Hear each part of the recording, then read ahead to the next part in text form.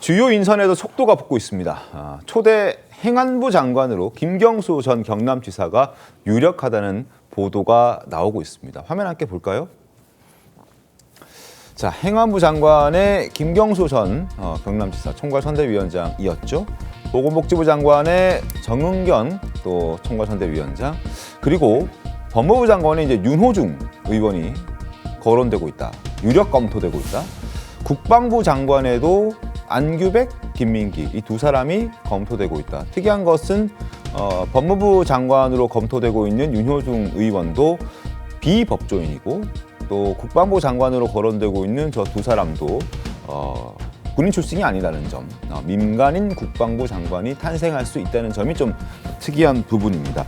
그리고 이번에 그 사회부총리를 보통 교육부 장관이 겸했는데 이번 정권에서는 지금 김경수 전 지사가 유력하다고 검토되고 있는 행정안전부 장관에게 사회부총리 역할도 맡긴다라는 얘기가 있던데요. 김준욱 대변인, 이게 사실입니까? 뭐 아직 사실인지 여부는 네. 공개적으로 확인이 안 됐습니다만 이제 그런 방향성은 가지고 있는 것 같습니다. 네. 어차피 이제 새 정부가 들어왔기 때문에 정부에 대한 조직 개편은 뭐 필요한 부분이 있고요. 다만 이제 그동안 교육부총리가 그 교육부 장관이 이제 부총리 겸 교육부 장관이라고 해서 사회 담당 쪽을 했었는데 이 부분에 대한 이제 과거의 필요성은 있었어요. 당시 이제 교육이라든지 여러 가지가 중심이 돼야 하는 그 상황도 있었는데 지금 같은 경우에는 국민의 안전 부분이 조금 더 강조가 될 필요가 있겠다. 네네. 어제도 대통령께서는 안전 치안 점검 회의를 바로 두 번째 회의로 맞습니다. 크게 잡지 않았습니까? 그만큼 국민 안전이 굉장히 중요한 상황이고요. 아마도 과거의 세월호라든지 네. 아니면 22년도에 이태원 참사라든지 여러 가지 상황들이 우리 사회에서 특히 그리고 또 지난 봄에 있었던 네. 이 경북 지역의 산불이라든지 지금 우리 사회가 이 안전과 관련해 가지고 대응 체계를 갖춰야 되는 부분이 굉장히 중요하고 네. 그것을 한 부처가 감당하는 것보다는 이 정부의 전체적인 유기적인 협력 관계를 만들어가는 것이 중요하고 거기에서는 그렇다면은 행안부가 중심이 되되 행안부 장관 정도가 아니라 사회부총리로 격상해서 여러 부처들을 실질적으로 통할하는 그런 부분들이 필요한 거 아니냐라는 문제 제기는 진작부터 있어 왔거든요. 그런 차원에서 지금 검토가 그런 차원에서 지금 검토가 진행되고 있는 정도라는 것이고요. 네. 현재까지 어떤 이 새 정부의 밑그림이 다 나온 상태는 아니기 때문에 네. 조금 그 그림이 나오는 속도를 좀 보면서 저희가 판단을 또 해봐야 될 상황인 것 이제 같습니다. 4일째니까요, 그죠? 그렇습니다. 네. 자, 그리고 또 하나 눈길을 끄는 인선은 바로 조금 전에도 설명드렸지만 김광삼 변호사님, 네. 비법조인 출신의 법무부 장관, 그리고 이제 군인 출신의 국방부 장관이 거론된다는 부분이죠. 근데 이 부분은 특히나 좀 전문성이 강조돼야 되는 부분이 아닌가라는 우려도 있지 않습니까? 어떻게 보셨습니까? 저는 이제 똑같은 생각을 하고 있는데 네. 일단 이제 법무부 장관은 상당히 이제 오래전부터 네. 검찰 출신이 법무부 장관 하는 것이 이제 관례적으로 굳어져 있었고요.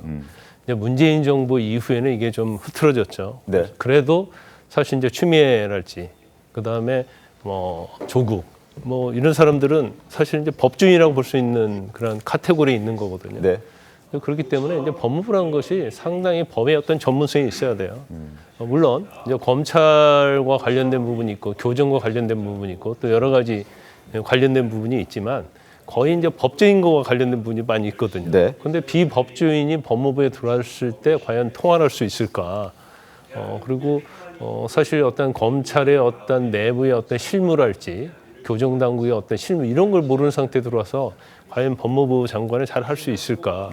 경우에 따라서 실무를 모르기 때문에 사실은 관례랄지 실무에 어긋나는 그런 지휘를 할 수 있는 여지가 충분히 있거든요. 네. 그래서 그 부분은 상당히 이제 우려된 측면이 있다 이렇게 볼 수 있고, 이제 국방장관 같은 경우에도 사실은 아마 그 군 장성이랄지 군 내부에서는 상당히 막 불편해 할 거예요. 그런데 일단 뭐 지금 많이 200으로 내리고 있는 이제 안규백 의원 같은 경우에는 네. 지금 4선인가요? 그런데 계속 5선인가요? 그런데 계속적으로 국방위원회에 있었고 간사도 했고 네네. 위원장도 했고 그렇기 때문에 국방에 대해서는 어떻게 보면 이제 전문성이 굉장히 있다고 볼 수가 있습니다. 그래서 아마 군 내부도 상당히 잘 알고 있을 거예요. 네. 그래서 설사 민간인 국방장관, 비법조인 법무부 장관을 할지라도 사실은 그 영역과 관련된 부분에 있어서 상당히 경험이 있고 네. 좀 싸운 것들이 있고 지식이 있다면 모르겠는데 그렇지 않은 경우에는 이제 불협화음, 갈등, 경우에 따라서는 실제 뭐 상황과 다른 어떤 지시 이런 네. 것들로 인해서 좀 갈등이 있을 수 있는 가능성이 존재한다 이렇게 봅니다. 네. 비법조인의 법무부 장관 그리고 민간인의 국방장관 실현되나 이 부분도 많은 사람들의 관심을 기울이고 있습니다. 자, 그리고 어제 대통령실은 이완규, 함상훈 이 두 헌법재판관 후보자의 지명을 철회했습니다. 특히나 이완규 전 후보자 같은 경우에는 법제처장 자격으로 어제 또 국무회의도 참석했었는데 뭐 일각에서는 예고됐던 인사다라는 철회였다라는 얘기들도 있고 국민의힘에서는 어떤 좀 반응을 갖고 있습니까?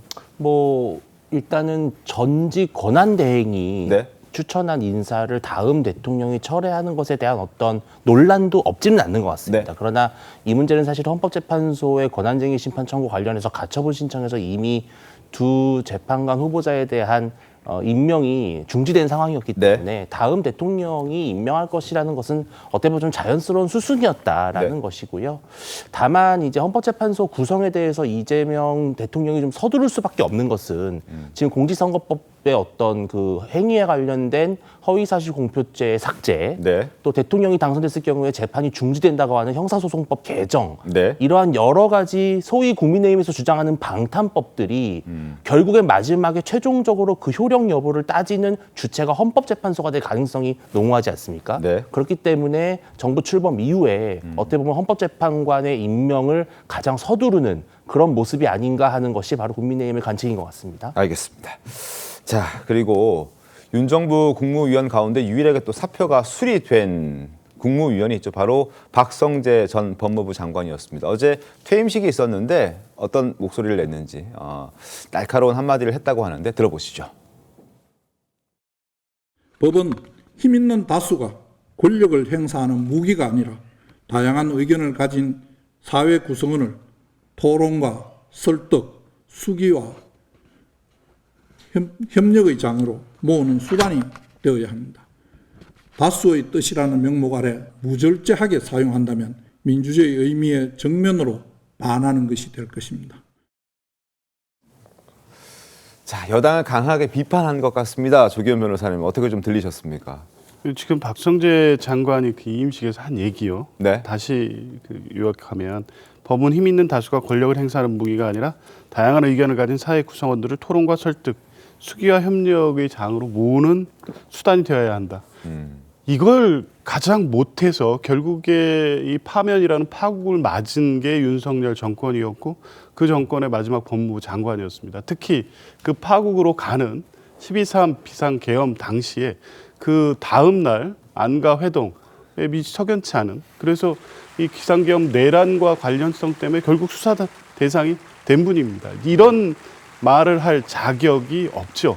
그래서 사실은 뭐 사표가 수리되는 것은 뭐 저는 당연하다고 보고 자숙하고 본인이 법무부 장관으로서 이 윤석열 정권의 이런 파국에 책임이 있는 부분도 분명히 있지 않습니까?